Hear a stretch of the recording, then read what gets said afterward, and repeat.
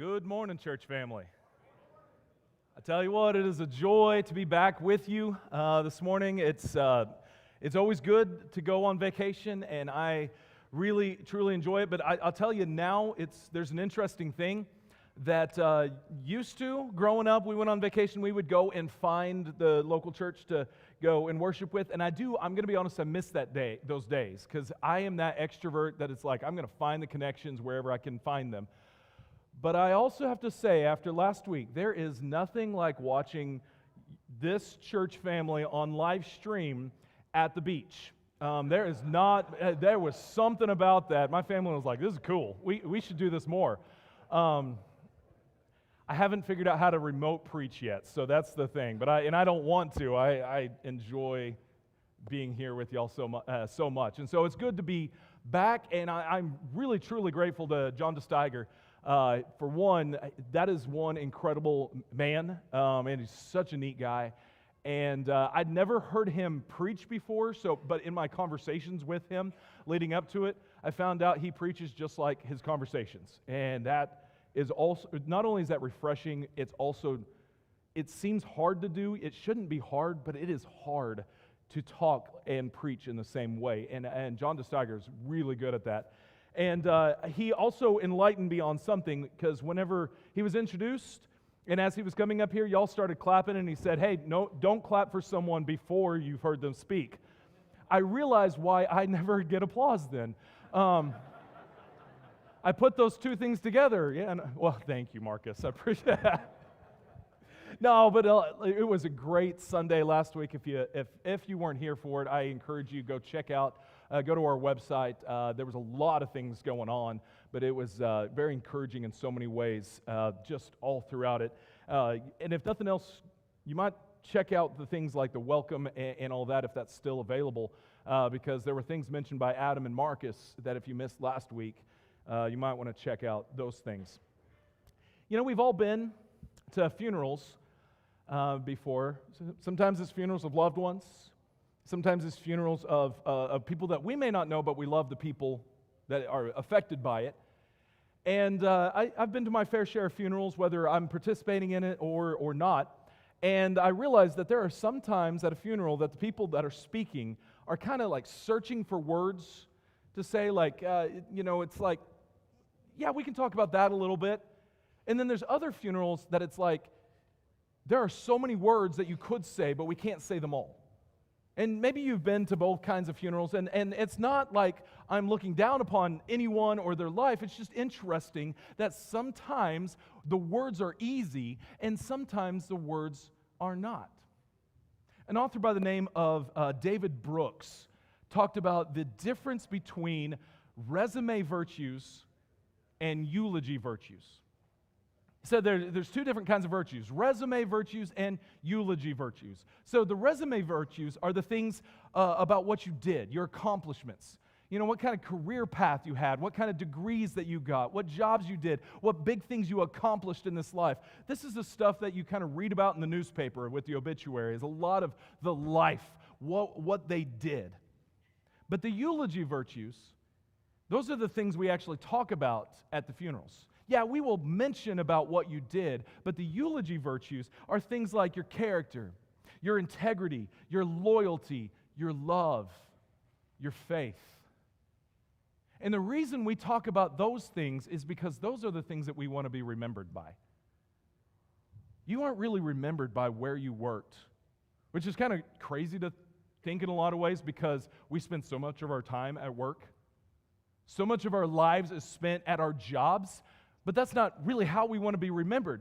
We don't want to be remembered that we were just an employee or the employer of a certain place.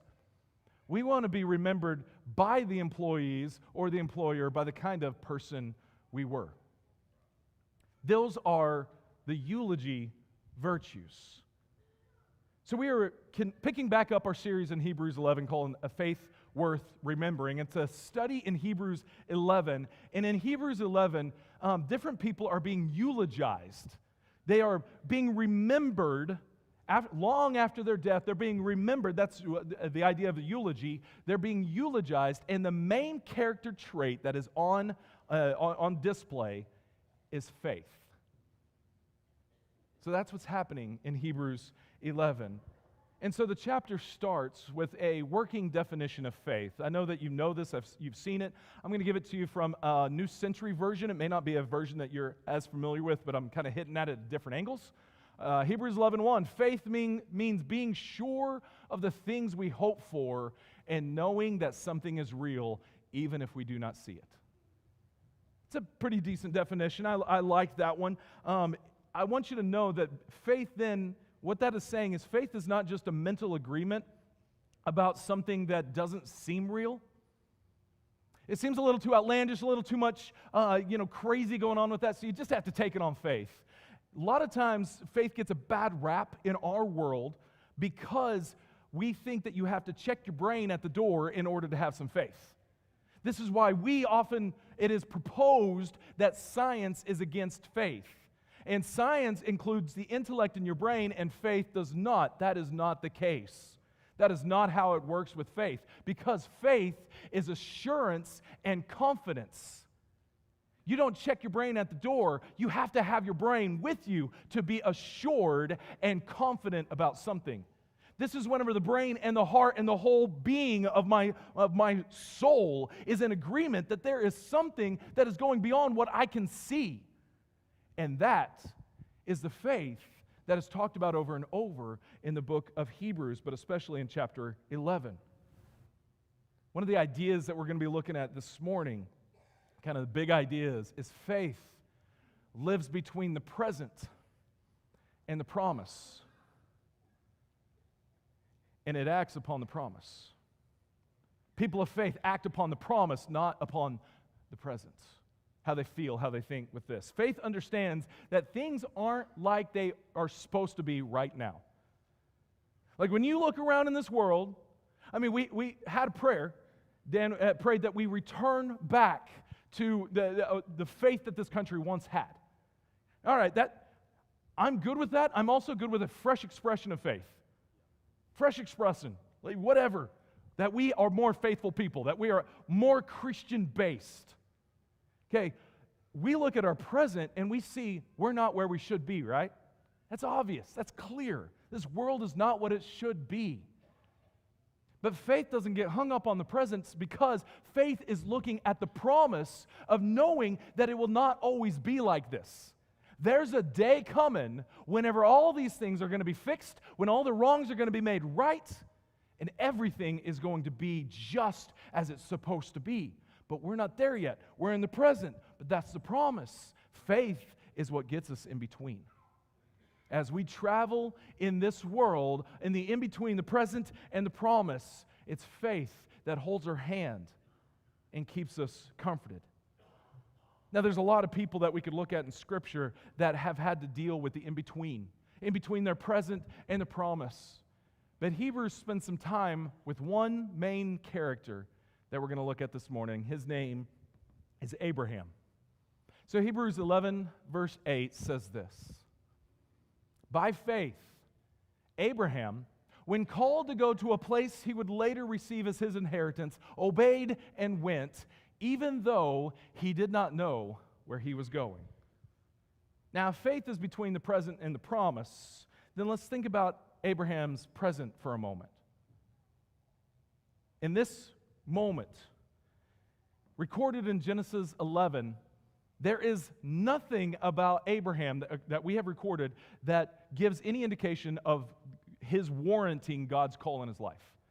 In other words, we don't see anything that Abraham did that God would have said, oh, yes, that's the one that I want to call because he has merited my call.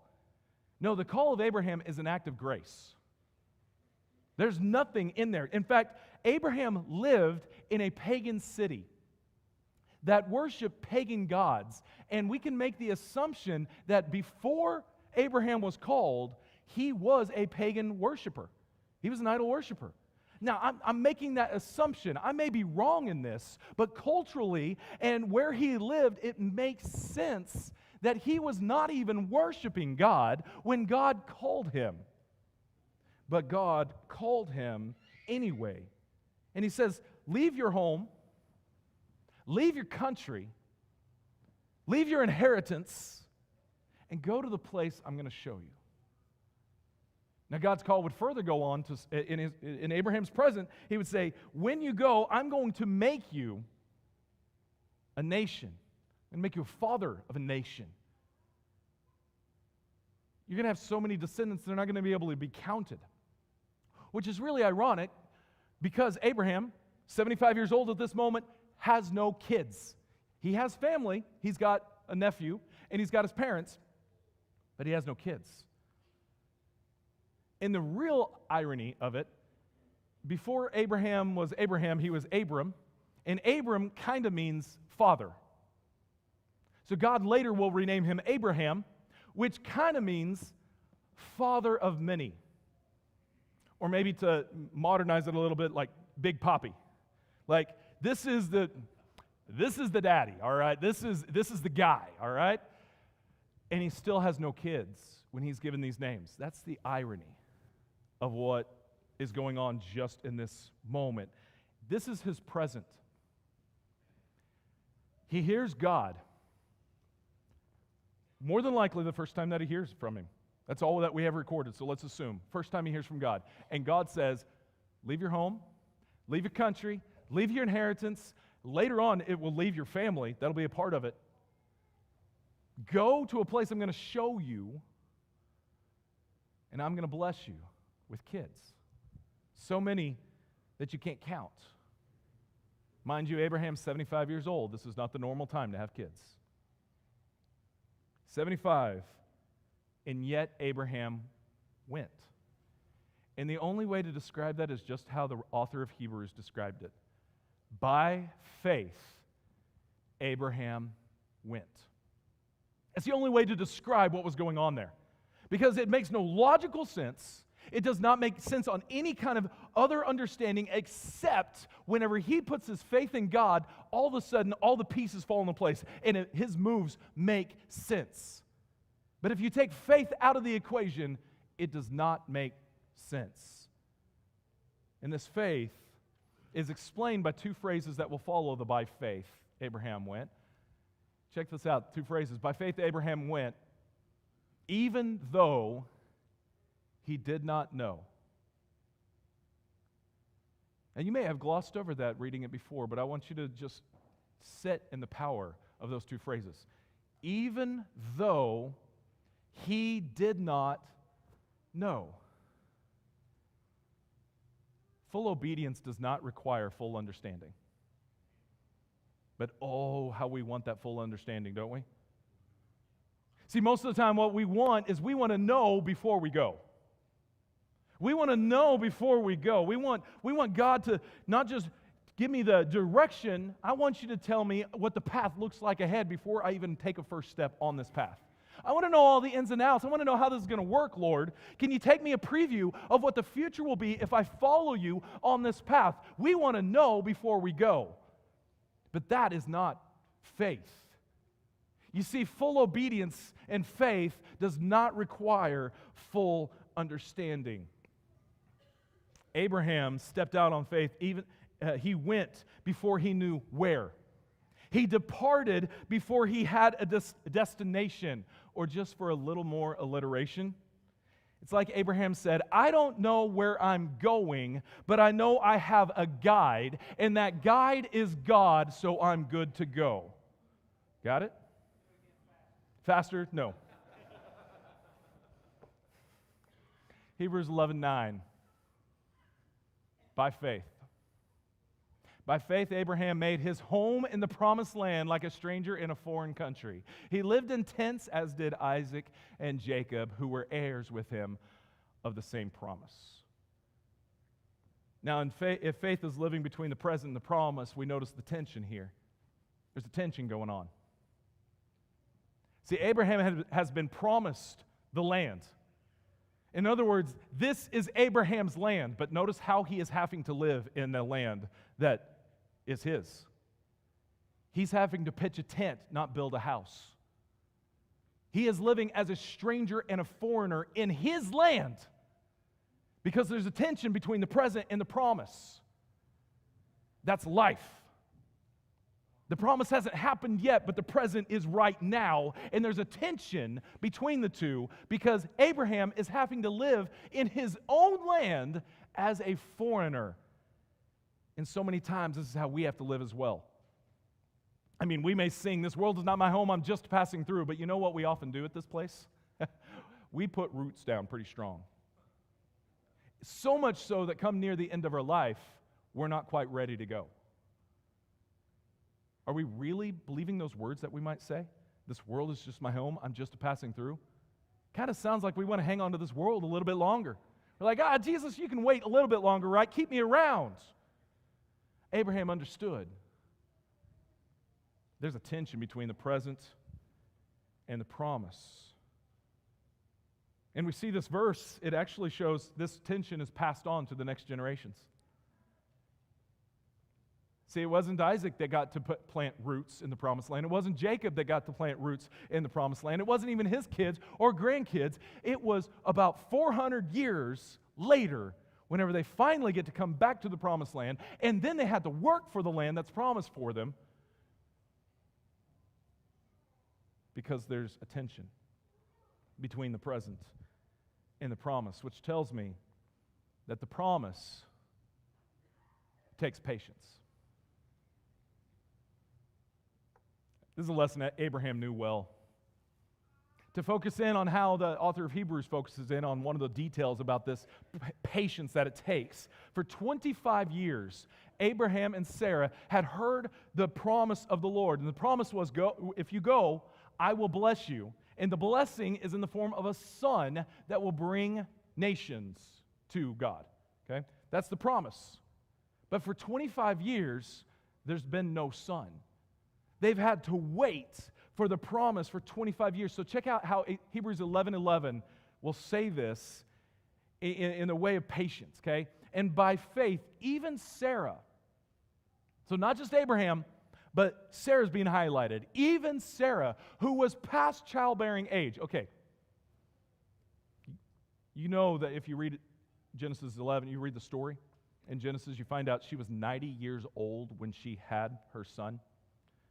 When that Hebrews says she was past childbearing age, he's not saying, well, she was like, she was pushing 50, she was getting on up there. No, this was inconceivable. That's where that word comes from, I guess. Man, I didn't put those two together. So there you go. Unheard of. I'm going to just keep on going. All right. That wasn't even a possibility. Okay, she was past childbearing age, was enabled to bear children because she considered him faithful who had made the promise. Now, it was impossible for her to get pregnant. But nothing is impossible with God. And what the author of Hebrews is saying is Sarah knew that. Now, you may be thinking the author of Hebrews is a little generous, is a little nice to Sarah, because if you go read the story in Genesis, you're like, hey, hold up, preacher. She laughed when she heard the news, right? And we think she laughed in doubt of God. That's how we often understand that and interpret that. Well, let's head back to the story, Genesis 18. The visitors have come and told Abraham, I'm going to come back next year at this time, and you're going to have a baby. You're going to have a baby boy, going to be bouncing on your knee. Next year, I'm coming back. And it says, now Sarah was listening at the entrance of the tent, so she wasn't a part of the conversation. She just overheard it. I feel like there's something to say about marriage there, but I'm going to hold off. Abraham and Sarah were already very old, and Sarah was past the age of childbearing. So Sarah laughed to herself as she thought, after I am worn out and my Lord is old, will I now have this pleasure? So a lot of times we're like, dude, Sarah laughed. And the angels even call Sarah out on this. Why did you laugh? And she's like, I didn't laugh. Yeah, you did. We kind of have this supernatural power that we heard you laugh. I know you just laughed to yourself, but we know you laughed. And we think, well, she laughed in doubt of God. But the author of Hebrews says that faith is this understanding that God can do the impossible. What if she didn't laugh in doubt of God? She laughed in doubt that she would actually have this pleasure, as the Scripture said. See, Scripture doesn't say she doubted God. It said she doubted that she would have this pleasure. Can I actually get through this? Can I actually enjoy this? She doubted herself. But the author of Hebrews indicates she did not doubt God. Because it says she understood, considered God faithful. She considered God faithful. So in other words, in the moment of this news, the way that I understand it from the author of Hebrews' perspective is that she looked back over 25 years of her life, the last 25 years.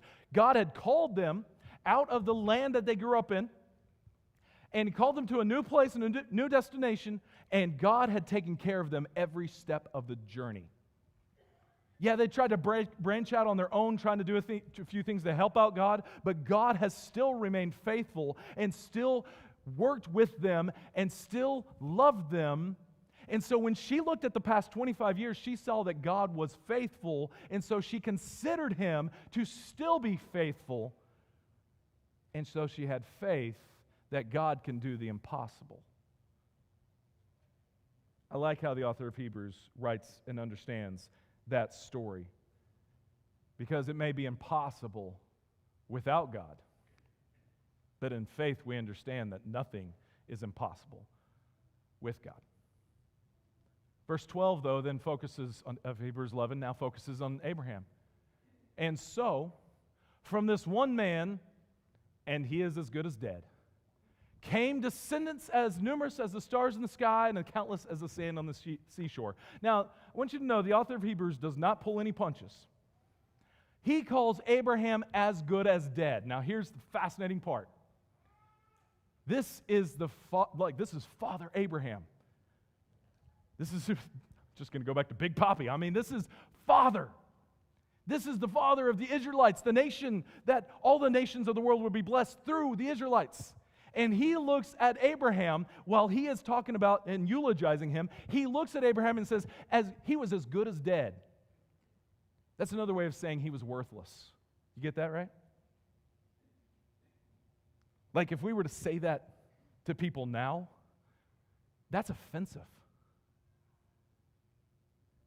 I'm going to pick on Rusty just for a second. We were having some conversation earlier, and if I were to say, you know what, Rusty, he's just about as good as dead in his ministry here. He needs to retire. He's about as good as dead. You know what? Boy, Mitch, you can't say that kind of thing. He's not, okay? He's got plenty of life in him. But you see what that sounds like? I mean, it sounds harsh. And that's what the author of Hebrews is saying. He says, that sounds real, like Abraham was as good as dead. But that's his point. Abraham couldn't do this on his own. He was 100. He was 100 whenever he had his son, the son of promise. He was as good as dead. And in this one verse, I find a reflection of my faith story and probably yours as well.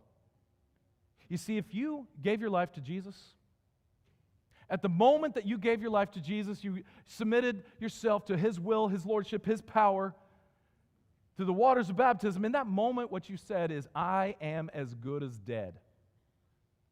Because by myself I can do nothing. I'm as good as dead. But God stepped in and raised me to new life.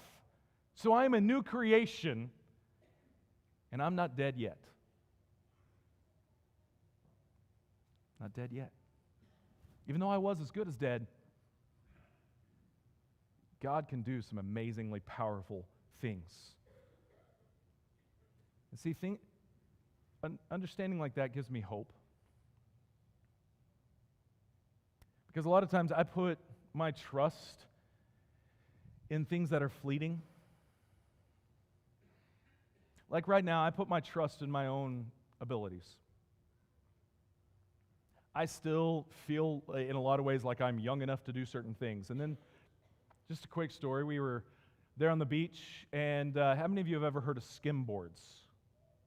Okay, have you ever seen this? Okay, so a skimboard is a thin piece of wood, not like a surfboard. It doesn't float.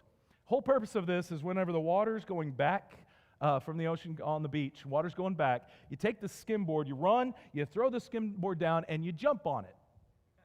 So I had one from years back, and I brought it, and I was trying to teach the girls to do it. And the thing that I realized in the moment is I'm like, I am not going to try that to show them.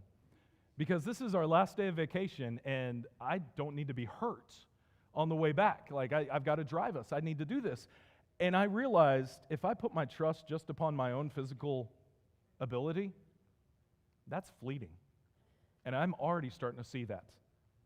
Now, I'm not as young as I once was, but now I have kids that I can, hey, you go do it, and I can laugh at you falling, and that's great. It was a lot of fun. They did awesome, by the way.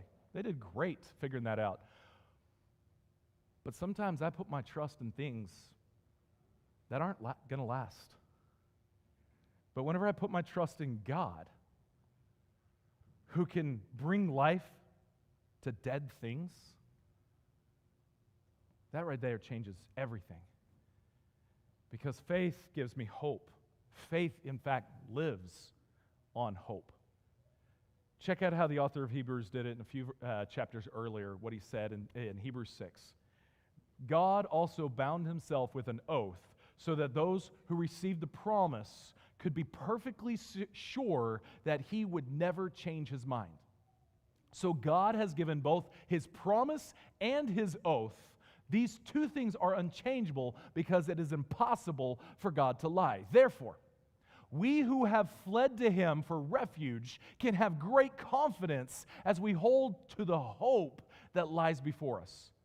This hope is a strong and trustworthy anchor for our souls. Do you see how much God wants you to understand that you can hope in him? His promise and his oath, he can't change because he cannot lie. So he's given a promise, he's given his oath. That means you can trust that because he can back it up. He's not going to age out of doing that activity. He's not going to come to the point whenever he looks at it and says, you know, I promised that, but I'm a little too old now. I can't do that anymore. That's not how God's going to work. Because when God makes a promise, it's going to be fulfilled. He knows no other way. And that right there is something that you can trust in. And you can have faith in. Abraham walked in faith. He was full of hope. And that's because his eyes were on the promise, not on the present. Abraham walked with his eyes on the promise. We need to do the same. But there's one more verse in Hebrews 11 that I want us to look at. Verse 10, it says, "For he was looking forward to the city with foundations, whose architect and builder is God." So while Abraham had to be a nomad, while he just had to pitch his tent in different places, what he got to see when he looked up in faith of the promise was there is a city with a foundation that is God. And that foundation is what Abraham pitched his whole life upon. Not just his tent, but everything about his life. And we should too. You see, when God is your foundation, nothing in this life can shake you. When God is your foundation, nothing in this life can shake you.